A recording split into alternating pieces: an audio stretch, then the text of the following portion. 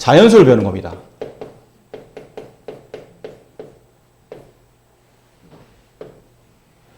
보통 자연수의 숫자가 뭐부터 시작이죠? 1부터 시작이요. 1, 2, 3, 4, 5, 6, 7, 8, 9, 10, 11, 12 이렇게 이제 자연수를 배열하게 되는데 자연수를 이렇게 배열한 이유가 뭐였냐면 처음에 있는 이 일을 보통 다른 것과 자연수 다른 것들과 구분하기 위한 용도이기 때문에 보통 독립수라고 부르는데 이 단어는 몰라도 크게 상관없습니다. 자연수 중에 유달리 독립적인 어떤 특징을 가지고 있는 숫자라는 뜻이고 밑에는 2, 3, 5, 7, 11처럼 1과 자기 자신만을 약수로 갖는 약수의 개수가 2개인 자연수를 두 글자로 뭐라 부르죠? 그치, 소수라 부릅니다. 그럼 자연수 중에 1도 아니고 소수도 아닌 약수의 개수가 3개 이상인 것을 합성수라 부릅니다. 자연수 이렇게 3개로 나눌 때 기준은 그럼 뭔가요? 약수의 개수입니다. 얘는 약수의 개수가 몇 개? 1개. 여기 몇 개? 2개. 여기는 몇 개? 3개 이상이에요. 약수의 개수를 통해서 자연수를 구분한다고 생각하시면 됩니다. 그 중에 이제 소수가 좀 더 우리가 중요하게 이쪽 단어는 다뤄지는데 소수 중에 가장 작은 소수는 얼마? 입니다. 그 유일한 짝수입니다. 소수 중에 짝수가 2밖에 없을 수밖에 없는 이유는 나머지 짝수는 모두 다 2의 약수를 가지고 있기 때문이죠. 그럼 1과 자기 자신 말고 다른 2라는 약수를 무조건 포함한다는 얘기는 기본적으로 약수가 몇 개 이상이라는 뜻이에요. 3개 이상이라는 뜻이죠. 1과 자기 자신 그리고 말고 또 2 하나. 그럼 최소한 약수의 개수는 3개 이상이라는 뜻이기 때문에 그래서 자연수 중에 소수의 짝수는 오로지 2일 수밖에 없다. 그 나머지는 다 홀수이며 이 소수는 아직도 그 끝을 알 수 없습니다. 아직도 슈퍼컴퓨터가 이 소수의 끝을 밝히고 있는데 당연히 끝이 없겠죠. 밝히고 있을 뿐이지 계속 그 찾고 있을 뿐이지 지금 아마 선생님 알기로는 그러니까 이 숫자의 자릿수가 한 몇 년 전에 아마 하나 발견된 걸로 알고 있어요. 굉장히 큰 자릿수의 소수가 발견됐다고 하면 뉴스에서 본 것 같은데 아직도 이 컴퓨터가 물론 슈퍼컴퓨터가 소수만 찾고 있지는 않겠지만 그 슈퍼컴퓨터가 하는 역할 중에 하나가 이 소수의 끝이 어딘지를 지금 파악하고 있는 그런 단계일 만큼 이 소수는 끝없이 배열되어 있다고 보시면 돼요. 자, 이렇게 그리고 이제 두 번째 단계에 보면 이제 거듭제곱에 대한 표현이 나오는데 거듭제곱을 배우는 소수와 거듭제곱을 동시에 배우는 이유는 뭐냐면 얘네들을 섞어서 소인수 분해를 익히기 위함이라고 보시면 돼요. 거듭제곱은 같은 수를 반복적으로 곱했을 때 그 수와 곱해진 횟수를 처리하는 방식입니다. 여기도 나와 있죠? 2 곱하기 2 곱하기 2. 좀 쓰기 귀찮죠? 물론 답은 8이지만 이걸 좀 간단히 하기 위해서 2의 몇 제곱? 세제곱이라 쓰며 용어 정도 알고 있읍시다. 이 밑에 있는 숫자 2를 한 글자로 뭐라 부르는지 아세요? 밑이라 부릅니다. 그 위에 있는 3은 뭐라 부르죠? 좋습니다. 훌륭한 학생들이에요. 그럼 이 밑이 의미하는 바는 곱해지는 수나 또는 문자를 말합니다. 곱해지고 있는 수나 문자가 이제 밑이 된다면 지수는 뭘 말하나요? 지수는 횟수입니다. 곱해진 횟수. 몇 번 곱해지고 있습니까? 라는 곱해진 횟수를 뜻하다. 그래서 이렇게 같이 곱해진 숫자를 간단하게 줄여서 하는 역할을 우리는 거듭제곱이라고 부르며 이 소수와 거듭제곱을 잘 이용해서 소인수 분해를 하게 되죠. 소수 고르는 거, 이거. 네. 에라토스테네스의 체라고 해서 곤란한 방식이죠. 어떻게 하는지 아시죠? 일단 2 표시하시고, 1 지우시고, 2 표시하시고, 2의 배수를 다 지웁니다. 2의 배수는 소수가 아니니까. 그럼 4 지우고, 6 지우고, 8, 10, 12 이렇게 지워가고, 3은 소수니까 3 동그라미 치고, 그 다음부터 3의 배수를 지워가요. 4는 아까 지워져 있을 테고, 5는 소수니까 5 동그라미 치고, 5의 배수를 다 지웁니다. 이런 식으로 소수 빼고 그 배수를 싹 다 지우다 보면, 결국은 나중에는 소수만 남는다. 이런 방식을, 소수를 찾는 방식인데, 이거보다 더 쉬운 방식은 없어요. 어차피 소수 찾는 방식이 따로 있지는 않기 때문에 약간 노가다성이 없지 않아 있습니다. 소수 저런 거 표현하는 방식은 여러분도 좀 아실 거라 생각하고 이쪽 단어는 크게 설명드릴 게 없고 소인수 분해라는 단원이 좀 핵심이죠. 사실은 이 단원의 핵심. 소인수분해 실례가 안 된다면 소인수분해 못 하시는 분. 괜찮아요. 첫 시간이니까. 난 소인수분해 잘 못합니다. 이해를 아직 잘 못했습니다. 그럼 소인수분해가 뭡니까?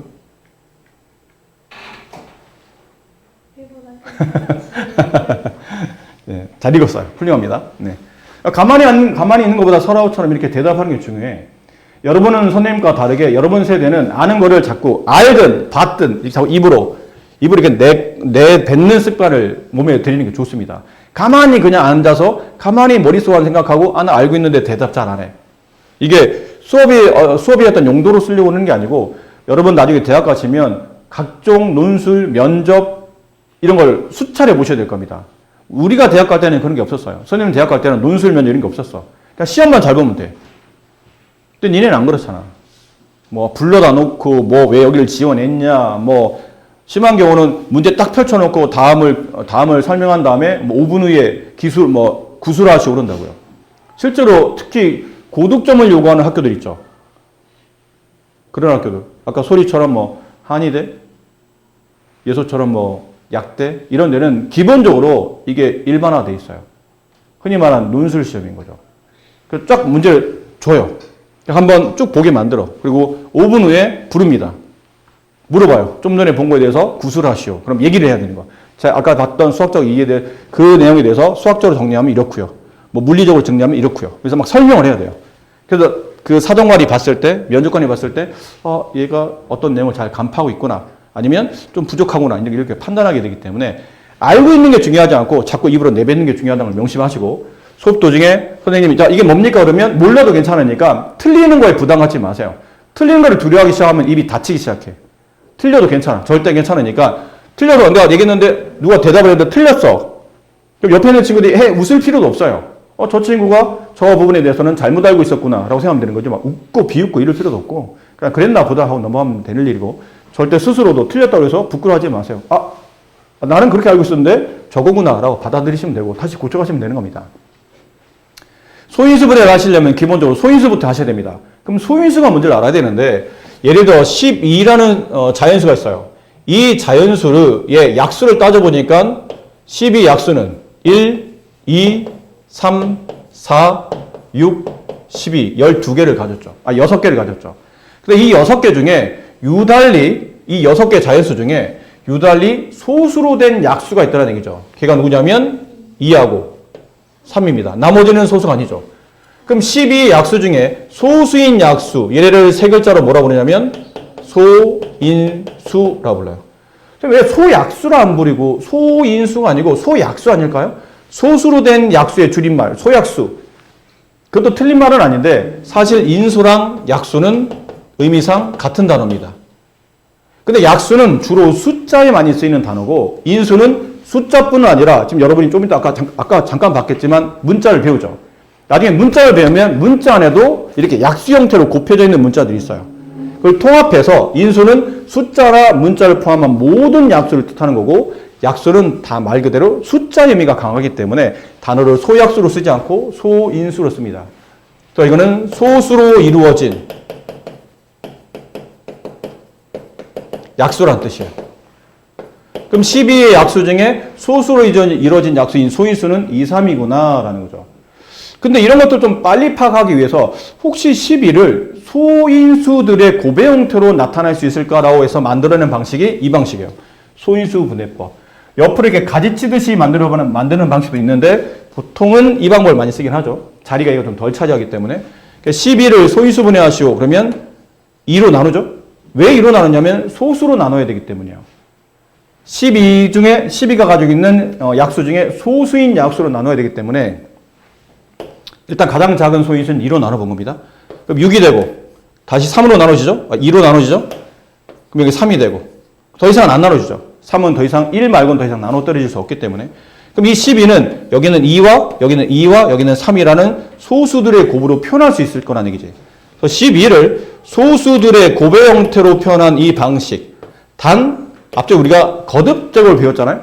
똑같은 수를 곱할 때는 거듭제곱 표현한다. 이렇게 자연수를 소인수의 거듭제곱으로 표현한 이 방식을 소인수 분해라고 부릅니다. 어렵지는 않죠? 여러분 다 알고 계신 내용이니까 이렇게 소인수 분해 하시는데 결론은 근데 문제는 이 소인수 분해를 배워서 어디다 써먹냐는 거지. 써먹을 때가 굉장히 많은데 그 중에 하나가 이겁니다. 약수 구하기. 약수 구하기. 좀 전에 보셨듯이 12의 약수를 구하시고 그러면 1, 2, 3, 4, 6, 12 총 6개 세시면 되죠? 다른 약수를 구하라면 또 낱낱이 이게 뭘로 나누어지는지 생각해보면서 약수를 구하시면 됩니다. 근데 만약 숫자가 꽤 커. 꽤 큰 그 숫자에 약수를 구하라면 그럼 일일이 따지기 너무 힘들지 않을까요? 뭐 예를 들어 120 정도? 120의 약수를 구하시고 그러면 1과 가장 큰 숫자 120이 있을 테고 2와 이걸 2로 나누면 60 있을 테고 3과 3 나누면 이게 40 있을 테고 4로 나누면 30이 있을 테고 5로 나누면 24가 있을 테고 6으로 이거 언제까지 해야 돼 이거? 하다 보니까 생각보다 너무 많은데 이거? 나중에 하다 보면 또 이게 나눠지는지 안 나눠지는지 고민하다 보면 이거 이 정도 크기의 숫자, 이 정도 크기의 약수의 개수를 구하려면 꽤 시간이 많이 걸릴 수밖에 없어요. 근데 약수를 구하는 건 어쩔 수 없지만 약수의 개수를 구하는 거는 소인수 분해를 이용하면 생각보다 굉장히 쉽게 구할 수 있다는 거죠. 이 표 그려보셨죠? 네. 처음 보신 분. 난 이 표가 익숙치 않다. 그렇지 않아요? 괜찮아요? 그럼 12를 소인수 분해하게 되면 12는 2의 제곱 곱하기 3의 1제곱인데 보통 1제곱은 안 쓰죠. 안 쓰지만 일단 이렇게 써봤어요. 그럼 여기서 소인수 분해를 이용해서 약수를 구하는 방식은 처음에는 1 자리를 한 칸씩 만드시고 그 다음은 여기는 어느 한쪽이든 간에 2의 거듭제곱, 얘는 3의 거듭제곱의 숫자를 씁니다. 그럼 1 다음은 2가 한 번 곱해지는 2의 1제곱, 그 다음에 2가 최대한 2번까지 곱해질 수 있으니까 2의 제곱. 1 다음에는 3의 거듭제곱, 3이 한 번. 더 이상 없죠? 3이 한 번밖에 최대한 곱해지지 않기 때문에. 그럼 이 안에 있는 빈칸에는 1과 1을 곱한 1과 2를 곱한 2, 1과 2의 제곱 4, 1과 3, 2와 3의 곱 6, 2의 제곱인 4와 3의 곱 12. 이 안에 들어있는 게 12의 약수가 되며 개수를 구하라 할 때는 사실 이 숫자를 알 필요 없고 개수만 구할 때는 이 칸수가 몇 개인지가 필요하겠죠. 여기 있는 칸이 몇 칸입니까? 몇 칸이에요? 6칸이네요. 6칸에 지금 약수가 들어왔으니까 이 칸의 개수가 결국은 약수의 개수가 된다는 뜻이죠. 근데 이 칸 개수를 구하려고 하다 보니까 가만히 있어봐. 가로로 몇 줄이에요? 세 줄이네. 세로로 세 줄이네. 가로는 몇 줄이에요? 두 줄이죠. 세로로 세 줄, 가로로 두 줄. 총 약수의 개수는 6개. 근데 이게 왜 세 줄이었냐면 2의 1제곱부터 2의 제곱까지 2의 거듭제곱의 지수가 2였는데 1이 한 칸을 차지하기 때문에 더하기 1이 된 거고 얘는 왜 2입니까? 그러면 왜 가로줄이 두 칸인가요? 라는 뜻인데 이게 왜 두 칸이었냐면 3의 1제곱의 지수가 1인데 1이 한 칸을 더 차지하고 있기 때문에 총 칸수는 두 칸이 되는 거죠. 이렇게 된 겁니다. 그래서 약수의 개수를 구할 때는 당연히 어떤 자연수의 약수의 개수를 구하시고 그러면 소인수 분해 일단 먼저 시도하세요. 이렇게 소인수 분해를 먼저 시도합니다. 시도하신 다음에 밑은 신경 쓰지 마시고 이게 소인수이기만 하면 되죠. A와 B는 소수로 된 약수인 소인수이기만 하면 여기는 지수에 각각 얼마씩 더한 다음에 1씩 더한 다음에 그들을 곱하시면 약수의 개수가 나오는 겁니다. 그걸 이제 이쪽 단어에 설명하고 있죠. 됐습니까? 지수에 1씩 더한 값을 계속 곱한다. 연속적으로 곱한다. 그러면 약수의 개수가 구해질 수 있다. 그래서 지금 좀 전에 배웠던 소인수 분해를 직접적으로 이용하는 방식을 배우신 거예요. 아셨죠? 자, 여기까지는 요 다음부터 또 다른 내용이니까 여기까지인데 여기까지 할 때 이제 제곱수에 대한 설명이 좀 빠져 있는데 이 제곱수를 아마 좀 여러분이 어려워하죠. 그렇지 않나요? 이것만 빨리 설명드리고 오늘 수업 끝낼게요. 제곱수, 여기 단원에 지금 단원의 이름이 따로 없었기 때문에 따로 설명해 드릴 텐데 제곱수 만들기인데 제곱수가 뭔지를 알아야 되겠죠? 제곱수는 그냥 자연수를 제곱한 숫자입니다. 1의 제곱, 1의 제곱, 1, 2의 제곱, 4, 3의 제곱, 9, 4의 제곱, 16, 5의 제곱, 25, 그렇죠? 6의 제곱, 36, 49, 64, 81, 100, 121, 144, 169, 196, 225. 뭐 더 있어요. 16의 제곱 256 더 있는데 이런 숫자들이 기본적으로는 제곱수입니다. 1, 4, 9, 16, 25, 36, 49 여기까지. 이렇게 이후에 전부 다. 이게 제곱수인데 중요한 거는 이 제곱수를 빨리 눈치채는 것도 중요한데 제곱수의 성질이 중요합니다. 이 단어는 이걸 배우는 거거든요. 제곱수의 성질. 1단원 배웠으니까 어느 정도 알고 계실 텐데 제곱수의 성질. 첫 번째 뭐부터 하죠? 그렇지.